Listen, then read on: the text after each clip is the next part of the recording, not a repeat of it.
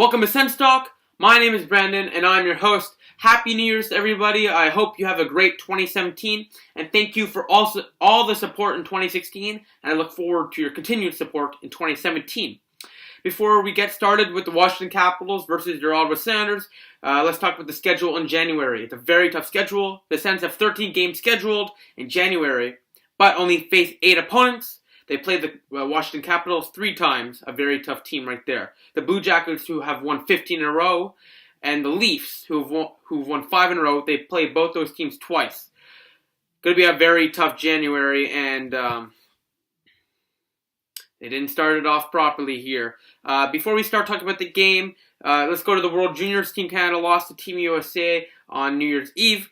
But a Sens prospects update at the World Juniors after 4 games. Tom Chabot has 2 goals, 3 assists for 5 points. Colin White for Team Canada. Colin White for Team America, 4 goals, 1 assist, 5 points for Team America. Philip Šapík for Czech Republic has 2 goals and assists for 3 points. Alex Dahlin has 4 goals, had a hat-trick last game for Sweden. And All has an assist for 1 assist for Sweden. And now let's get started into the game. The Washington Capitals play against the Ottawa Senators, and the Senators have a great start. They had numerous opportunities. Turris buried an opportunity. It's 1-0 Ottawa on a beautiful setup from Ryan Dzingel, who looked great tonight. As usual, speedy, had some nice moves. From the Gretzky's office, wide open to Turris, 1-0 Ottawa.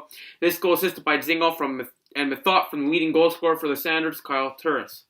After a breakaway for Justin Williams, stopped by Mike Condon after a horrible coverage by Cody Ceci, and Bobby Ryan did back check in time. Mike Condon made a huge save, but the rebound was put up to the hash marks as Kyle Alzner snapped 1 time at home. Tie game at 1, 20 seconds left in the first period. Assisted by TJ Oshie and Justin Williams. Let's go to the third period. 3 minutes in, a shot from the point from Chorney, his first of the year, assisted by Brooks Orpik and Tom Wilson. A shot that Condon should have had, and the game is now in favor of the Capitals. It's 2-1. Senators had numerous opportunities on the power play, and as usual, didn't capitalize on the power play. The power play is a joke. I wish the hockey was like football, where you could deny a penalty flag or power play, whatever, because it's just horrible to watch. You have a 5-on-3 for 2 minutes, and they couldn't bury it. That could have won them the game there. They didn't score there, and then it went on for the Capitals to win the game. But it's very frustrating right now. We have a 4 or 5 day break. The next game is against Washington again, but at home on Saturday. But not a good start to 2017. We've lost 3 in a row. We lost to the Rangers, a game we should have had with a big start there. We lost 4-3. A game we should have had in Detroit. We lost 3-2 in overtime after a Bobby Ryan turnover. And tonight, too many odd man chances, too many breaks, and the Washington Capitals beat the Senators 2-1.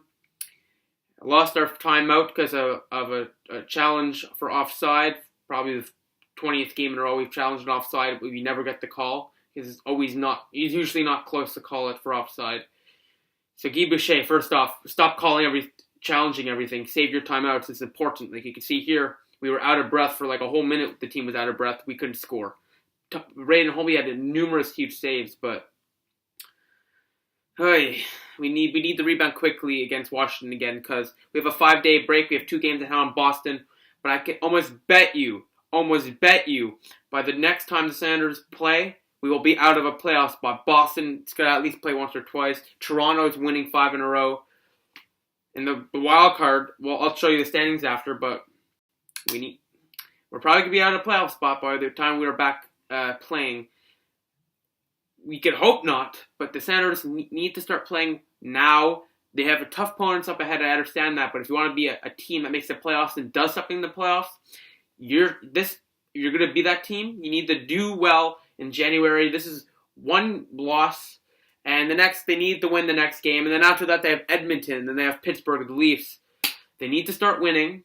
They've lost 3 in a row. They have 1 point in 3 games. That's 3 out of 6 points. They've only gotten 1, which is like Buffalo Sabres caliber.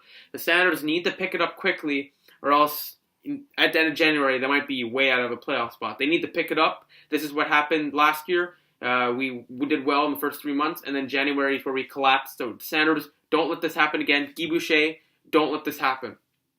The final shots on goal, 8-8 after the first period, 9-7 Washington after the second period, 9-11 Washington after the third period for a final tally of 28-24 Washington. But I will say something. The Senators did control Alex Ovechkin much better than in the past, so there's an accomplishment there. We did contain Alex Ovechkin, who didn't really get much today at all. Team stats, this face-off, Senators won 61.1 of them for 33. Washington won 38.9% for 21-1. Power play, Senators were 0 for 4. I'd rather just turn off the TV on the power play and turn it back on when the power play is over. It's horrible. Washington 0 for 2. Hits 21-27 Washington. Shots 28-24 Washington. Here are the standings. In first place, Montreal, 50 points, 37 games played, 22-9-6 for 50 points. Ottawa, 37 games played, 20-13-4, second place, 44 points. Boston, 2 games ahead on them, 39 games played, 20-15-4, 44 points. They're tied with us.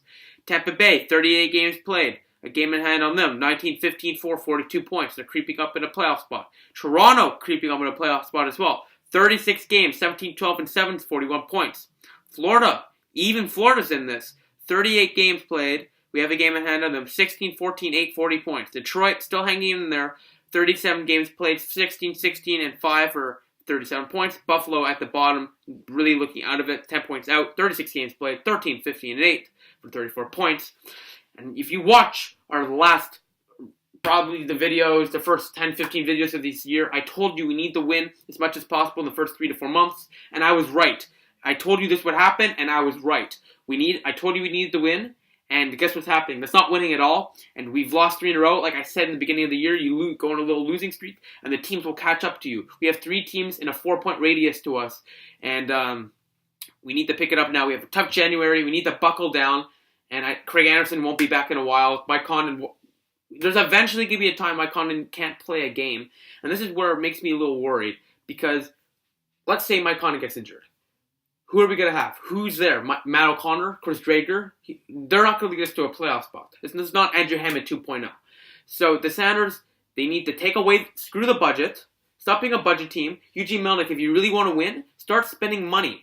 Because right now you're paying $7.4 million for Bobby Ryan, but you can't even trade for a defenseman or a goalie or a top 6 forward. I know Mike Condon's great, he's playing great, but you need somebody there because that's not enough insurance to make the playoffs, just Mike Condon. And then when Craig Anderson returns, when hopefully Nicole Anderson recovers from this and cures her cancer, but he would need practice for a little while. He's not going to just get into game.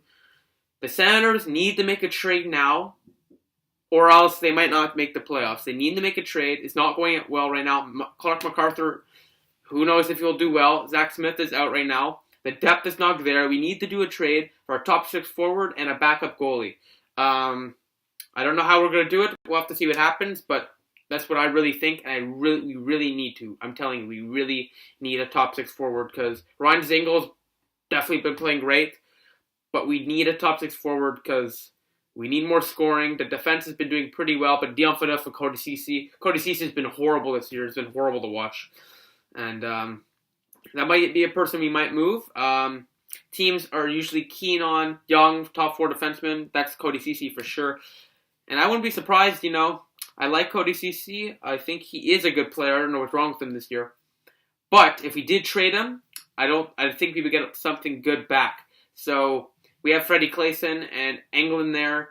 Michael Koska is a good depth guy. So maybe we could get like a prospect back. Tom Chabot will be back next year. Colin White will probably be in our team this year. But I might be able to see Cody Ceci being traded this year, but we will see what happens. So thank you all for watching. Please click the big red button down there and subscribe to us. Share this video with Share Cool Stuff. Like this video. Add us to the circles of Google Plus to Sense Talk. Like us on Facebook at Sense Talk. Follow us on Twitter at SenseTalk_ for live tweet updates to games, breaking news, and live video. Follow us on Twitter at SenseTalk_. SenseTalkCentral.com. Please check it out. We update it every single day. I would really appreciate it. And please click right here for the Sense Talk YouTube video and right here to subscribe to us. Thank you all for watching. I'll see you in 5 to 6 days. and I'll see you soon. Sanders lose 2-1. I'll see you next video. Go Sens go.